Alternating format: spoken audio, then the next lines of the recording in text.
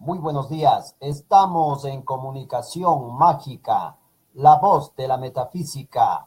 Hoy, para compartir con ustedes el tema Vía Crucis de Jerusalén.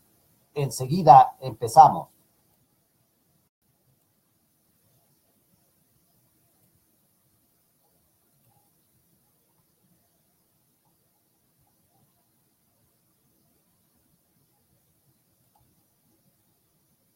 Vía Crucis de Jerusalén. Rubén Cedeño, Jerusalén, 11 de noviembre del año 2002.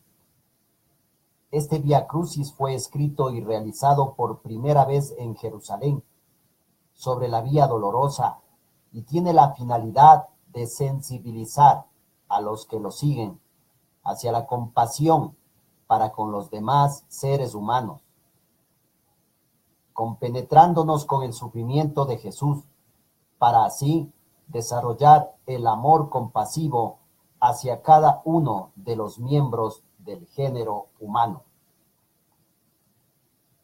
Primera estación. Jesús es condenado a muerte. El día antes de la crucifixión, Jesús pasó la noche sin poder dormir, preso en las mazmorras de Caifás, donde ahora está la iglesia de Galicanto. Allí Jesús fue el escarnio de los soldados que pasaron toda la noche divirtiéndose a costa de él, haciéndolo sufrir, burlándose y haciéndole cuantas maldades se les ocurrían. Al amanecer, además de estar desvelado, fue azotado, atado a una columna mucho más baja que la estatura de su cuerpo, para que la espalda le quedara inclinada y así pudiera recibir más crudamente los latigazos que le daban. Jesús recibió en su espalda casi más de 100 latigazos, dados por manos expertas y precisas, que fueron cerca de 100, repartidos por dos personas que lo flagelaron inmisericordiamente entre la espalda y las caderas de la derecha e izquierda de su hermoso y cuidado cuerpo, de un joven de 33 años, que no merecía semejante castigo.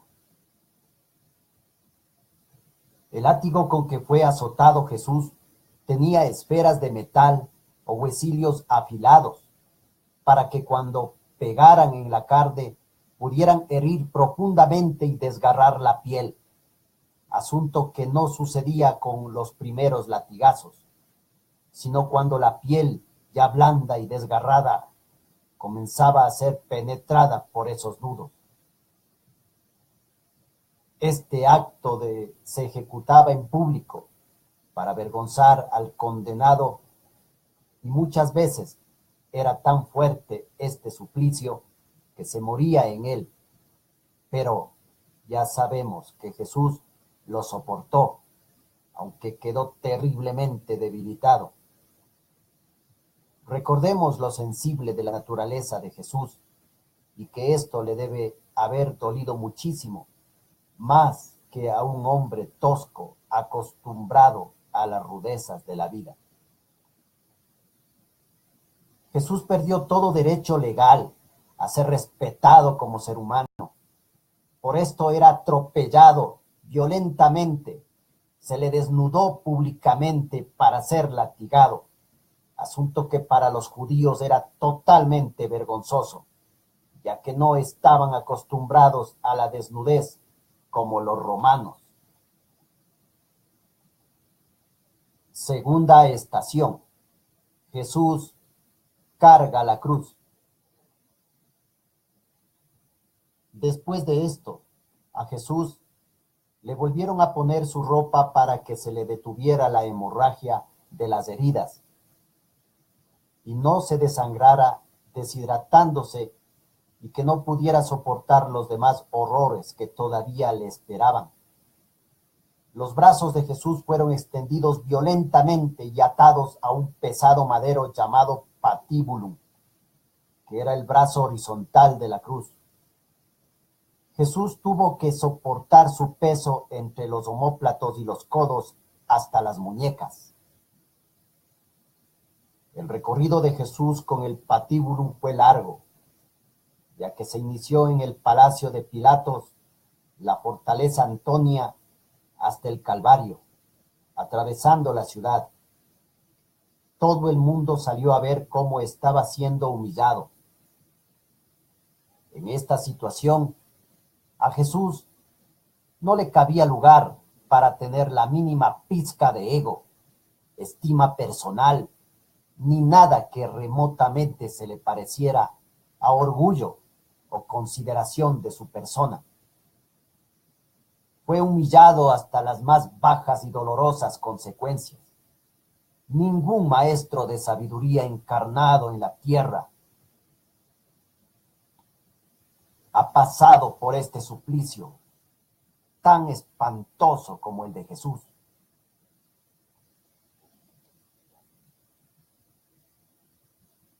Tercera estación. Jesús cae por primera vez. Al caminar Jesús con el tronco del patíbulo atado de mano a mano, le produjo una tensión muy agotadora que le hizo perder el equilibrio y caer. Asunto que le ocasionó una fuerte escoriación en la rodilla izquierda, que además de estar con la carne abiertamente viva, esas heridas se le atropellaron junto a las piedras y arenillas del piso, haciéndole producir mayor dolor.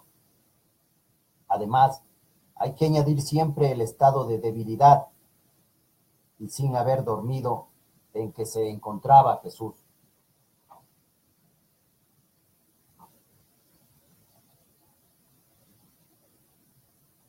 Cuarta estación. Jesús se encuentra con su Santa Madre.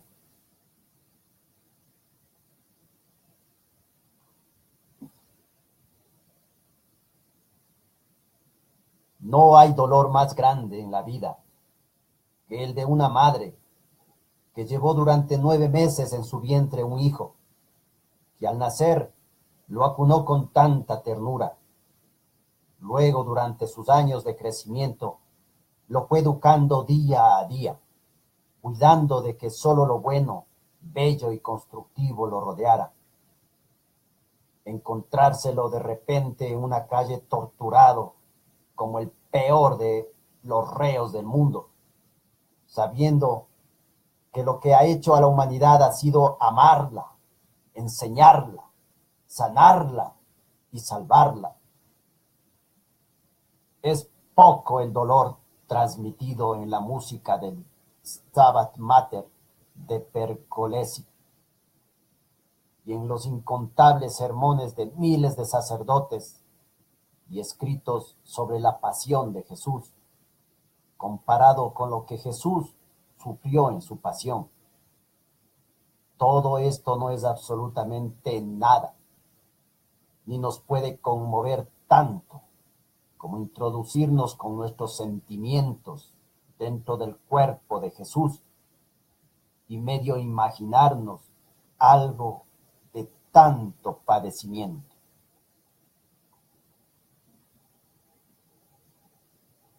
Quinta estación. Jesús es ayudado por Simón Cirineo. Para que Jesús no se muriera antes de tiempo por la fuerte tortura a que era sometido y llegara vivo hasta el Calvario y sufriera más, le pidieron a un fuerte y vigoroso negro egipcio llamado Simón Cirineo, que se encontraba entre la gente que veía este horrendo espectáculo, que lo ayudara. Jesús no llevó toda la cruz a cuestas como se ve en las pinturas, solo cargó el patíbulo, que luego fue engarzado en el staticulum, que era la parte vertical de la cruz, y que le esperaba enclavado en lo más alto del Calvario. Sexta estación. Jesús encuentra a la Verónica. La coronación de espinas es posible que le haya producido a Jesús unas 30 heridas entre las sienes y la nuca. Todo esto le hacía emanar sangre que corría por su rostro, que se le coagulaba, se le enredaba con su pelo y mezclaba con su sudor. Parece ser que los golpes que recibió le desfiguraron el rostro con hematomas en la frente, las cejas, los pómulos. Además de que se deduce que un golpe muy fuerte que le dieron en la nariz le torció el cartílago nasal dándole un espantoso aspecto, el que nunca tuvo durante toda su vida. Esa vida de la que cuidó tan esmeradamente la Madre María, sosteniéndole el concepto inmaculado de belleza y perfección. Una mujer que vivía en este lugar por donde Jesús pasaba, al contemplar el bellísimo, aunque torturado rostro de ese hombre tan joven y apuesto de 33 años, no se resistió a verlo tan demacrado. Con todo el cuidado y delicadeza del mundo, esa mujer tomó una manta y sin restregársela en el rostro, para no causarle más dolor en las heridas, se la sobrepuso para absorberle el sudor y la sangre. Después de esto, al ella ver la manta, quedó sorprendida al darse cuenta que entre la sangre y el sudor, ese divino rostro de ese hermoso joven había quedado estampado en su pañuelo. A la mujer que realizó este acto se ha conocido como la Verónica, cuyo nombre quiere decir la del vero, ícono, o la verdadera imagen.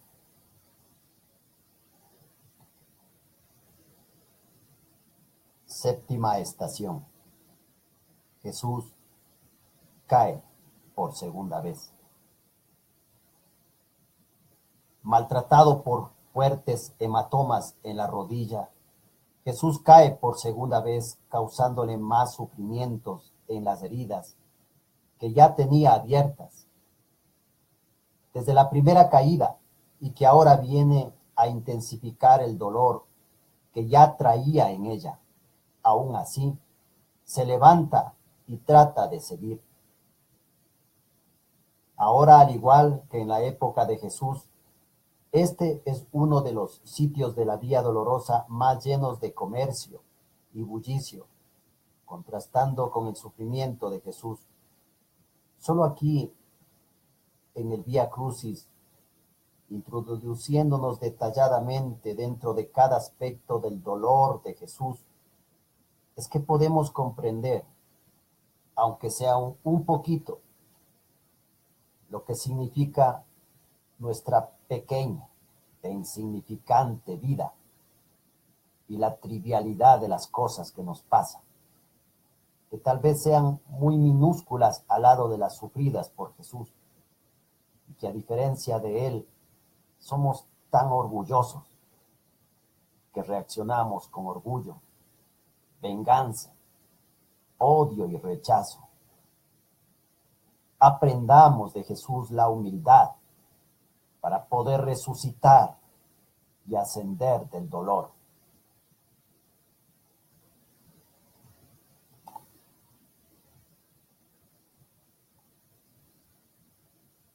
Octava estación. Jesús se encuentra con las mujeres.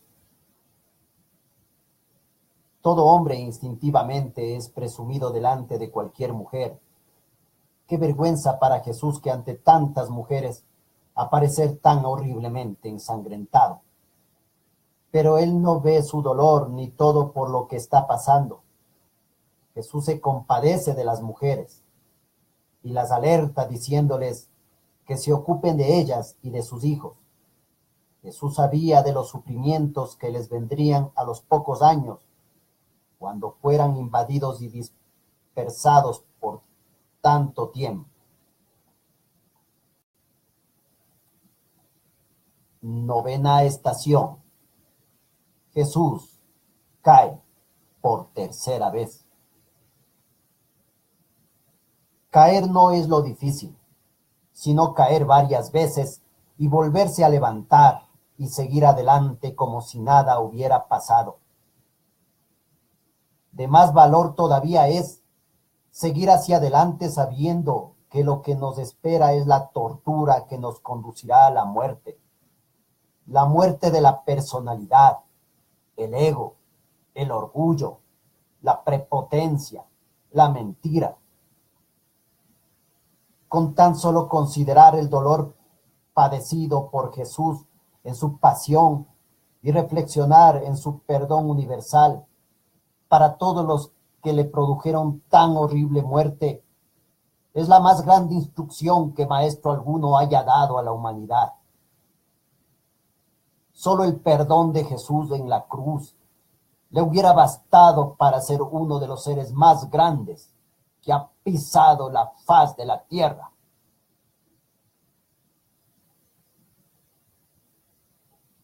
¿Y qué fue lo que tan terriblemente hecho por Jesús para recibir esta muerte tan horrorosa, que ni siquiera merece el más cruel de todos los criminales de la humanidad? Un hombre que lo que hizo fue enseñar, sanar, resucitar muertos, dar consuelo y predicar el amaos los unos a los otros.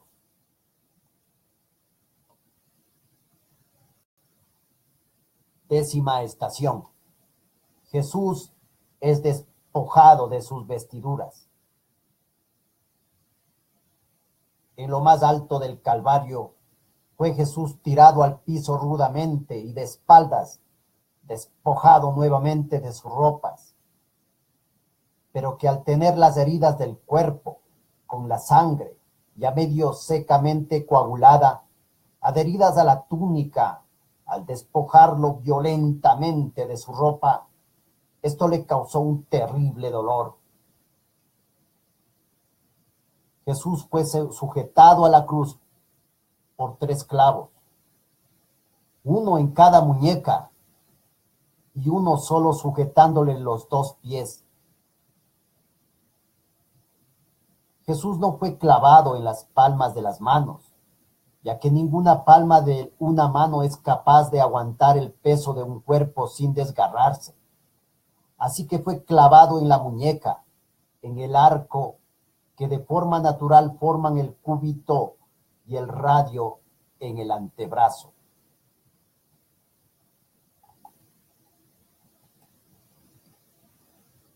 Decimoprimera estación. Jesús es crucificado. Los clavos que le fueron introducidos en la muñeca a Jesús tenían un espesor de casi 1 centímetro en cada una de sus caras. Imagínense que nos estén perforando, haciéndonos 4 heridas cuadradas en nuestro cuerpo de 4 centímetros por lado. Los pies de Jesús no fueron clavados sobre un supedaneum, que era una pequeña superficie en donde el crucificado podía posar los pies, apoyarse y mitigar, aunque fuera un poco, su tan terrible dolor, y enderezándose un poco poder respirar, ya que la postura le producía asfixia. Sus piernas fueron clavadas, la izquierda sobre la derecha, y con las plantas de los pies adheridas al leño, lo que le producía una curvatura en el cuerpo, asunto que dolorosamente está expuesto en la pintura del Cristo de Cimabue, que está en Florencia. La cruz de Jesús era una cruz sublimis, que eran las altas, hechas para darle más realce al suplicio, y todos se dieran cuenta del hecho contundentemente que estaba sufriendo el condenado y sirviera de escarnio a todo el pueblo. Por la postura que tenía Jesús al estar pendiente de la cruz, se le comenzaron a dilatar los huesos del tórax, que se le marcaban por encima de la piel, y el pecho dificultosamente se le inflaba casi por espasmos, tratando de respirar sin poder enderezar su cabeza, que forzosamente se le comenzó a caer y su mentón a encajársele en el pecho. Por la gravedad, el cuerpo se le abalanzaba cada vez más hacia adelante. También sus rodillas se le doblaban cada vez más, mientras los brazos se le estiraban dolorosamente, limándole los huesos de sus muñecas y desgarrándole la piel. La única forma de comprender el inmenso perdón de Jesús es compenetrándonos profundamente en el horrible sufrimiento que padeció en la cruz. Para al comprender esto, ser capaces nosotros de perdonar las cosas que nos hacen.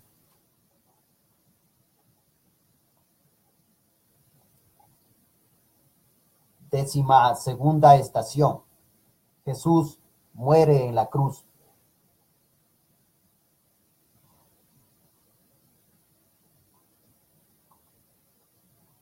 El pulso de Jesús se le subió y su tensión al mismo tiempo se le bajó, debido al esfuerzo a que le sometían su pobre y sensible corazón.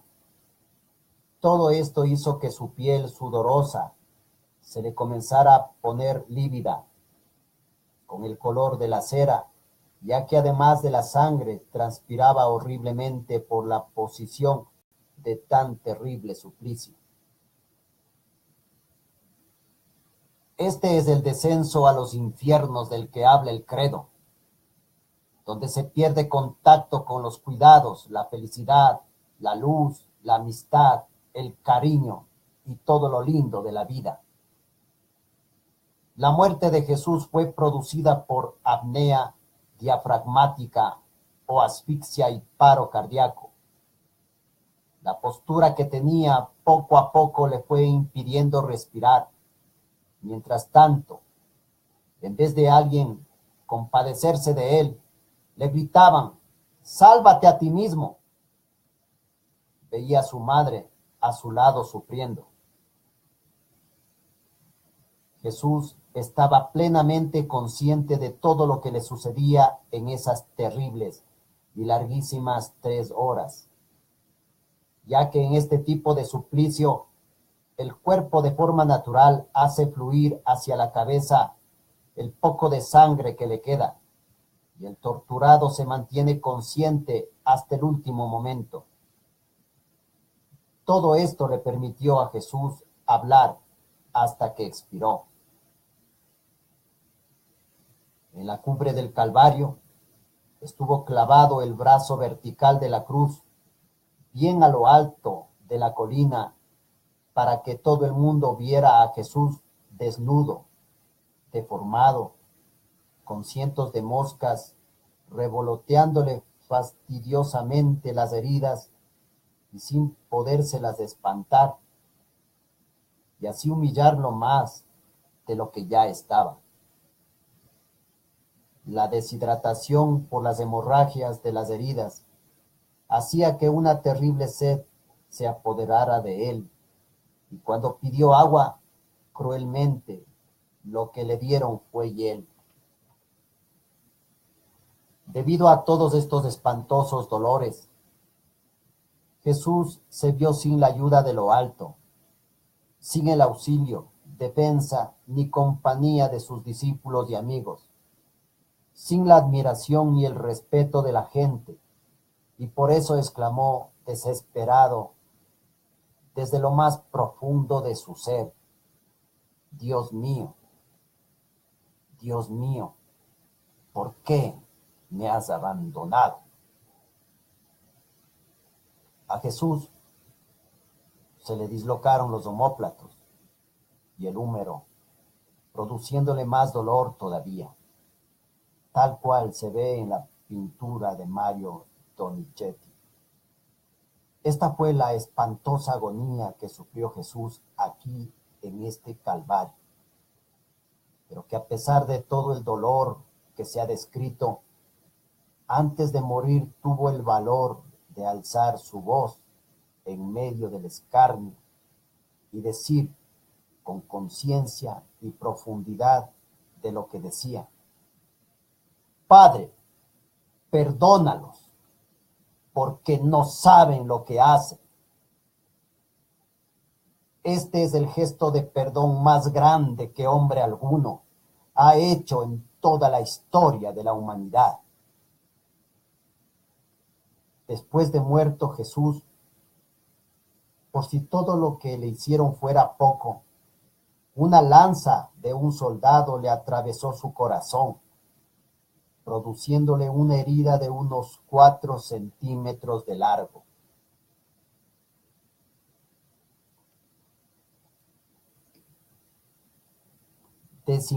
Tercera estación. Jesús en brazos de su madre. Al final de todos los sucesos de un hijo está la madre.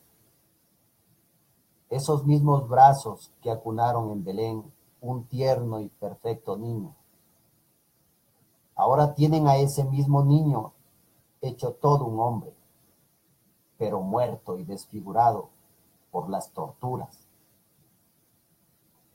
Toda madre prefiere morir primero antes que ver muerto un hijo. Es insoportable tanto dolor. Es tanto el sufrimiento de la Madre María y lo que injustamente le han hecho a Jesús, que la tierra comenzó a temblar. Se desató una terrible tormenta. El velo del templo se rasgó. La vida protestó por tan grande injusticia. Matar como un cruel villano a aquel que había traído vida, salud, esperanza, fe, justicia y claridad de mente a todos los que se acercaban a él. Allí, postrada en la piedra del Calvario, mojada por la fría lluvia del invierno que terminaba, María sostenía entre su regazo y acunaba con sus brazos el cuerpo de Jesús, tal cual lo esculpió Miguel Ángel en La Piedad.